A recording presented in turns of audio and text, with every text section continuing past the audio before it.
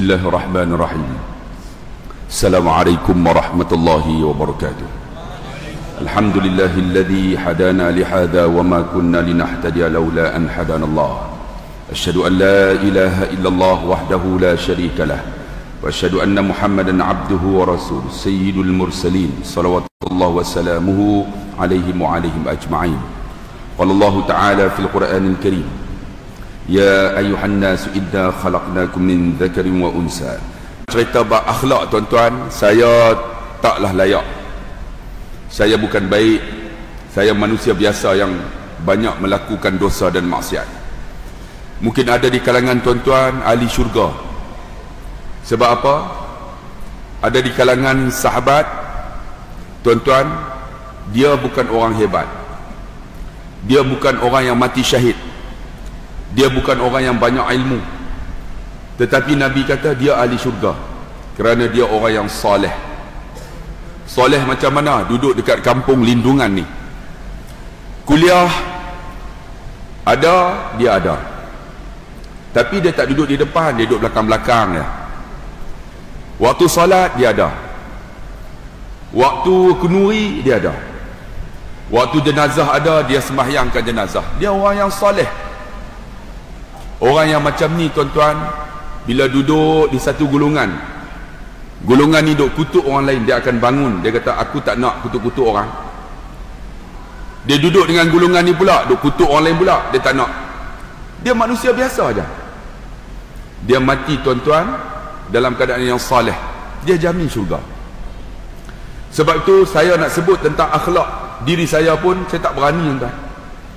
Saya nak ambil akhlak Nabi SAW. Sebab Nabi SAW ni ketika mana diutus menjadi Rasul, orang kafir Quraisy kata, apalah Rasul ni? Manusia. Apa salahnya lantik malaikat? Ma li hadzal rasul ya'kulu at-ta'am wa yamshi fil aswaq laula unzila ilaihi al-malak fayakunu ma'ahu nazira. Apalah Rasul ni? Rasul ini ya'kulu ta'am, makan nasi, makanlah, ya'kulu ta'am, makan makanan, wa yamshi fil aswaq, berjalan di pasar-pasar. Laula unzila ilaihil malak, kalaulah turun malaikat bersama dengan kami menyampaikan risalah Islam, baru kami nak terima. Kenapa Rasul ni manusia? Sebab bila manusia, tuan-tuan, kita boleh tengok apa manusia ni buat. Kalau malaikat tak makan. Kalau malaikat tak kahwin. Kalau malaikat tak kencing, malaikat tak berak. Malaikat ni, tuan-tuan, dia tak ada saudara, tak ada adik-beradik, tak ada mak ayah. Jadi macam mana kita nak ambil contoh malaikat? Maka diturunkan Nabi sebagai Rasul ni supaya kita boleh tengok apa yang Nabi buat. Maka dikatakan akhlak Nabi ni kana khuluquhul Quran. Adapun akhlak Nabi ni Al-Quran. Sebab tu Nabi dah tak ada dah. Kita nak tengok Nabi tak ada, tapi kita tengok Quran. Quran itu mukjizat yang Nabi tinggal untuk kita semua. Sebab itu ada ulama kata, nak tengok Nabi, akhlak Nabi ni ada 7 perkara. Saya nak urai 7 perkara. Bagi masa 1 jam setengah, mana cukup. Sampai pukul 12 tu. Boleh tunggu? Boleh tunggu, tuan-tuan, tunggu, aku nak balik. Agak-agak patut lah kan? 7 perkara. Itu akhlak Nabi SAW. Pertama, akhlak Nabi yang disebut dalam Quran, Nabi ni seorang yang pemurah. Pemurah. Ketika ditanya kepada Jibril, macam mana Nabi SAW? Nabi ketika Ramadan seorang yang sangat pemurah, seperti mana angin yang bertiup. Ramadan tu macam angin yang bertiup, pemurahnya. Dan akhlak Nabi pemurah ni, tuan-tuan, kita susah nak ambil. Sebab kita rasa apa yang ada dekat kita tu kita punya. Tidak. Apa yang ada dekat kita, kita punya. Yang orang pun kita punya juga. Sebenarnya bukan yang ada kita tu kita punya. Mana milik kita? Contohnya ada satu lagu, mana milik kita, tak ada milik kita, hanya yang ada Allah yang punya. Semua Allah punya. Mana milik kita? Rumah kita milik kita. Saya sebut, Bila kita mati, isteri kita tak duduk dalam rumah kita. Sebab kita bagi tahu dah, rumah ini abang beli. Kalaulah yang menikah lain, abang balik jadi hantu. Bini nak duduk rumah pun takut. Last sekali duduk rumah anak-anak. Akhirnya rumah itu tinggal kosong. Anak-anak bincang-bincang, dia orang buat apa? Dia orang bubuh signboard, homestay untuk disewa. Rumah yang kita sayang tu homestay. Kemudian adik anak yang sulung, orang duduk dia kutip duit, orang duduk dia kutip duit. Bila hari raya pakat bincang, macam mana homestay kita? Anak yang sulung kata tak ada orang duduk. Rupanya ada orang duduk, duit sapu kat dia. Akhirnya bincang-bincang, adik kata tak jadilah macam ni, rumah ini kita jual.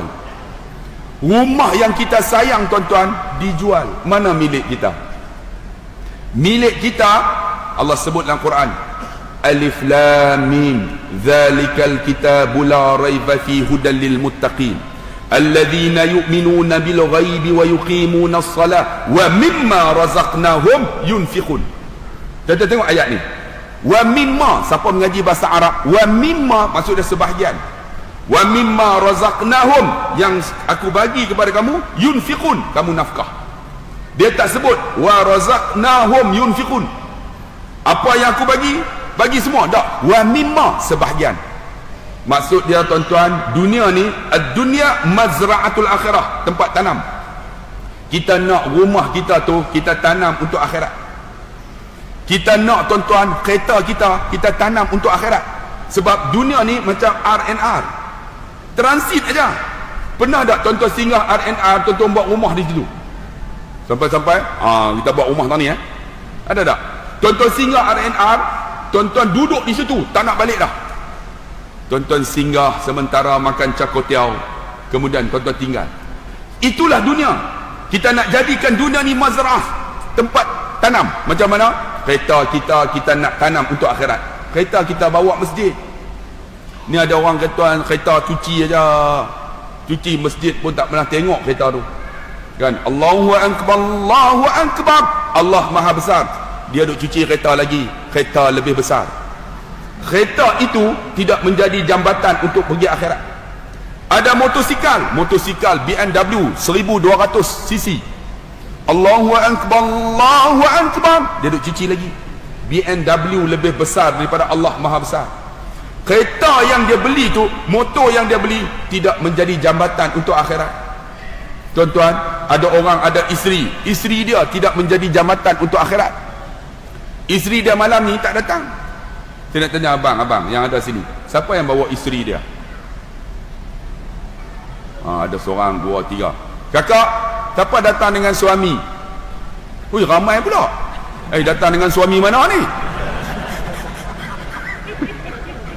Suami angkat 3 orang, yang sana angkat 10 orang.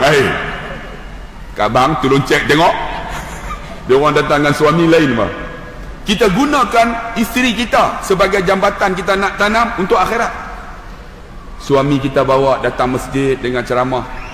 Sebab apa? Allah sebut dalam Quran, yarfa'illahu alladhina amanu minkum walladhina utu ilma darajat. Allah mengangkat orang yang beriman di kalangan kamu, orang yang berilmu beberapa darjat. Tuan-tuan duduk dalam majlis ilmu ini, inilah jambatan akhirat. Sebab kita kena ada ilmu. Orang SPM, kalau tak ada SPM, layak tak untuk jadi khani? Tak layak. Dia ada SPM, maka Allah angkat darjat jadi khani. Okey, ada SPM terus jadi pengurus kah? SPM kah pengurus? Tak ada. SPM khani label dia. Okey, ada diploma, tengok, ada ilmu, ada diploma, jadi apa? Jadi supervisor. Nampak ni? Ada ilmu, ada angkat, dia Allah angkat. Kalau ada ijazah, jadi apa? Jadi guru, jadi timbalan pengurus. Ni ada beza. Kalau master, ada apa? Mungkin pengurus. Kalau PhD, beza. Tengok, Allah angkat kerana ilmu. Tuan-tuan duduk dalam majlis ilmu, Allah angkat. Macam itulah kita pun. Kalau anak dara ada SPM, orang utara, berapa hantaran dia? Berapa? 7,000 sekarang. Itu baru SPM. Tuan-tuan, SPM 7,000, tak percaya kahwinlah orang utara. Kalau diploma berapa tuan-tuan tahu? 15 diploma. Kalau ijazah 22. Jadi jangan kahwin orang utara. Biar dia orang tuan-tuan sampai tua tak apa. Oh, sampai 22,000 ada. Allah, anak saya mudah 5,000 ya. Jalan, datang. Saya suka anak ustaz. Berapa hantaran? 5,000 sudah. Yang lain tak payah, 5,000 lah. Tak ada ke belanja-belanja? Tanya pula. Saya kata tanya Mercedes satu kapal terbang, BMW, tanya 5,000 sudah. Tengok, Allah angkat manusia dengan ilmu. Sebab tu tuan-tuan yang dikasihi dan rahmati Allah, kita ni nak jadi jambatan untuk akhirat, nak jadi hebat, mesti ada ilmu untuk jadi pemurah. Pemurah macam mana? Ni tuan-tuan datang mengaji, kita akan rasa insaf untuk murah. Pernah saya mengajar, masa tu kuliah Jumaat, saya kata tuan-tuan banyakkan sedekah. Sedekah itulah milik kita. Apa yang ada dalam poket kita bukan milik kita. Sebab apa? Pernah saya tuan-tuan ceramah di Perlis. Dia orang bagi kat saya 1,000. Bila bagi 1,000, saya duk kata 1,000 ni alhamdulillah. Sonok tak kira kan. Sampai dekat Alostar, tayar pancit. Dua-dua pancit. Tengok Allah, 1,000 habis. Rupanya yang 1,000 tu Cina punya. Telefon Cina tu rupanya sebelah 700, dua belah 1,400. Yang 1,000 tadi hancur. Allah, habis. Bawa kereta dalam keadaan bengang sebab tayar pancit. Rupanya tuan-tuan tak tahu, dekat dengan gurun ada tembak tu. Polis. Tengok saya kena di depan dekat Sungai Tani, polis tunggu. Rupanya duit saya yang 1,000 tu dah habis, dah tukar tayar. Rupanya tak habis lagi, sampai kena tahan pula. Tahan buka pintu nak tunjuklah orang terkenal. Assalamualaikum. Ustaz, saya dalam hati lepas ni. Tak tahu dia kata apa. Ustaz, turun sekejap. Saya kata kenapa? Ustaz tengok rotek. Rupanya rotek 4 bulan mati dah. Rotek tu 4 bulan mati tak tengok. Ustaz tengok nampak tak? Allah, 4 bulan minta maaf lah cik. Dalam hati ni aku dah 1,000 dah tayar hilang. Ni nak kena lagi ni. Dia kata tak apalah ustaz. Dia pun panggil, oi kawan-kawan, ni Ustaz Abdullah Khairi ni. Saya ingat nak buat apa? Rupanya selfie. Pakat selfie apa semua, dalam hati lepas. Rupanya kena juga tuan-tuan. Selfie kena juga. Dia kata bagi ustaz pengajaran. Sampai 4 bulan tak tengok rotek. Nah, saman 300. Tuan-tuan dapat 1,000, tayar 1,000, 400, kena saman 300 berapa? 1,700. Balik tengok bini pun tak mau. Bengang tuan-tuan. Rupa-rupanya duit yang dia orang bagi bukan saya punya, ada orang lain punya. Sebab tu tuan-tuan kena ingat, apa yang kita bagi itu kita punya. Saya pernah kuliah cerita maghrib, Jumaat, ceritalah tuan-tuan banyakkan infak. Ada seorang budak habis ceramah tu kan tabung jalan. Dia pun ambil RM5. Boh, saya cerita dalam YouTube. Bubuh dia terfikir, aku datang naik motosikal, minyak habis. Pakcik minta balik RM2. Minta balik RM2. Tak pernah orang boh dan tabung minta balik RM2 pakcik. Pakcik tu kata kenapa? Saya datang naik motosikal, minyak tak ada. Kalau bubur semua habis saya. Pakcik tu ambil bagi balik. Bagi. Masa kuliah cerita pasal sedekah. Dia balik singgah dekat Shell, buruh minyak RM2. Rupa-rupanya tuan-tuan dekat sana ada satu vanet. Pakcik ni buka tak boleh. Buka tayar pancit. Buka tak boleh. Rupanya dia pomen. Tuan-tuan tahu tayar vanet kalau nak buka bukan ikut jam. Dia kena lawan jam. Tuan-tuan tahu tak? Kalau ikut jam lagi kunci. Dia kena lawan jam. Pakcik ni duk tekan. Kenapa ni tak boleh buka ni? Nak buka apa kunci? Dia tengok pakcik ni mangkuk ayun betul lah. Dia pergi lah. Pakcik, boleh saya tolong? Boleh tak? Tidak. Dia pun buka. Oh macam tu. Elok dah buka dah. Ambil tayar spare, pasang. Pakcik tu tengok lama dah buka tak boleh. Pakcik tu ambil bagi 300. Dia pegang-pegang, dia telefon saya, "Ustaz, silap Ustaz, RM5 minta balik RM2, kalau tak minta RM500 Ustaz." Tengok apa yang kita bagi, Tuhan bagi balik. Sebab tu tuan-tuan yang dikasihi dan dirahmati Allah, Nabi ni akhlak dia pemurah. Bagi barang, insya-Allah kita bagi tu milik kita. Sebab dunia ni jambatan untuk akhirat. Saya jumpa tuan-tuan ada seorang Arab, balik Mekah baru ni, bawa jamaah. Arab ni tuan-tuan, saya tengok dia simple aja. Dia semayang tepi, simple aja. Saya tengok rupa-rupanya tuan-tuan, ketika waktu hari Isnin dengan Khamis, dia akan ambil dua saf masjid tu, Masjid Nabawi, dihampar plastik panjang tuan-tuan, daripada hujung ke hujung hampar. Dua saf itu dia ni punya, Arab ni punya, tiap-tiap hari Isnin dan Khamis. Rupa-rupanya Arab itu, kalau tuan-tuan pergi, ingat tak minyak wangi Al-Quraishi? Siapa pergi Mekah tahu dah, Al-Quraishi, dia tulis tu Al-Quraishi tu dia punya. Saya pergi tanya dia, orang kata itulah yang selalu infak untuk buka puasa. Buka puasa tempat dia orang cukup ramai sebab makan sedap. Yang lain tu itulah syai Arab ni kan, makan-makan bau halba kan, cukup tak sedap, balik berak cirit. Dia punya syai lain, kalau roti ni roti sedap, ada cicah semua cukup, orang bakal duduk ramai. Rupa-rupanya dia simple dia, nama Al-Quraishi, nama apa, tapi gelaran dia lah.